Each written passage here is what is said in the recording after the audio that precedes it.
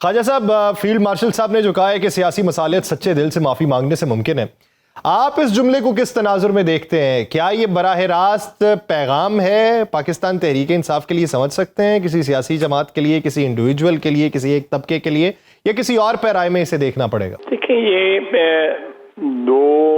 اس کے اینگلز جو ہو سکتے ہیں کہ جنرلی ساری سوسائٹیز میں اور ریلیجنز میں یہ چیز ہوتی ہے کہ ایک آنیسٹ اپولوجی جو ہے وہ ڈیفینیٹلی اس کے اچھے مثبت نتائج نکلتے ہیں. لیکن اگر آپ if you insist on keeping your stand right or wrong, whatever it is, and despite that کہ آپ کا جو اسٹینڈ جو ہے یا آپ کا جو ایکٹ جو ہے وہ کسی نے اون نہ کیا ہو اور اس کی جو ہے ایک لمبی چوڑی کنڈیمنیشن بھی ہوئی ہو، اور پھر بھی you are reluctant to back track اور اپولوجائز آن دیٹ کہ یہ غلطی ہوئی تھی، تو پھر کامن گراؤنڈ نہیں ملتی ہے نا آپ بات کرنے کی یا ایک نیشنل کنسنسس کرنے یا کریٹ کرنے کی. ٹھیک. تو خواجہ صاحب، فوجی قیادت جو بار بار یہ باور کروا چکی ہے کہ فوج کا سیاست سے کوئی تعلق نہیں ہے، D G I S P R بھی کہہ چکے ہیں کہ فوج کا کوئی سیاسی ایجنڈا نہیں ہے، تو ایسی خبریں پھر بار بار گردش کیوں کرتی ہیں؟ اس کا ذمہ دار ہم ہیں میڈیا یا پھر آپ ہیں سیاسی حلقے؟ میرا خیال ہے کہ اس میں مین جو ہے نا رول جو ہے وہ میڈیا کا ہے، کہ میڈیا کسی نہ کسی طرح جو ہے نا وہ ایک آپ کہہ سکتے ہیں ایک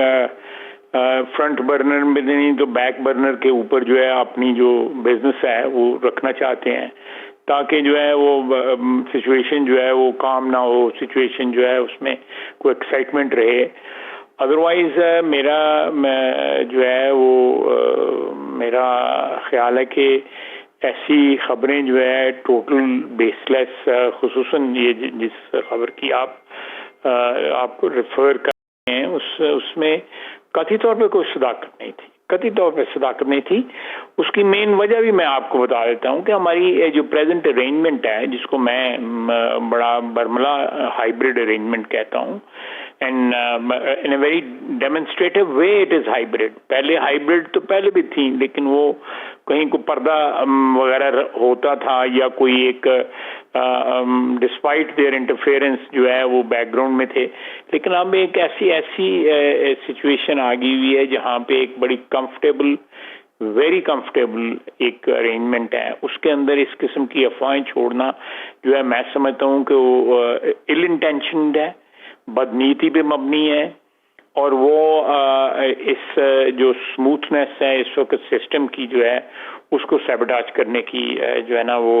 کوشش کی جا رہی ہے. اور میں سمجھتا ہوں کہ آرمی چیف نے بڑا کیٹیگوریکلی اس کو ڈینائی کی ہے، بہت اس کو ڈینائی کی ہے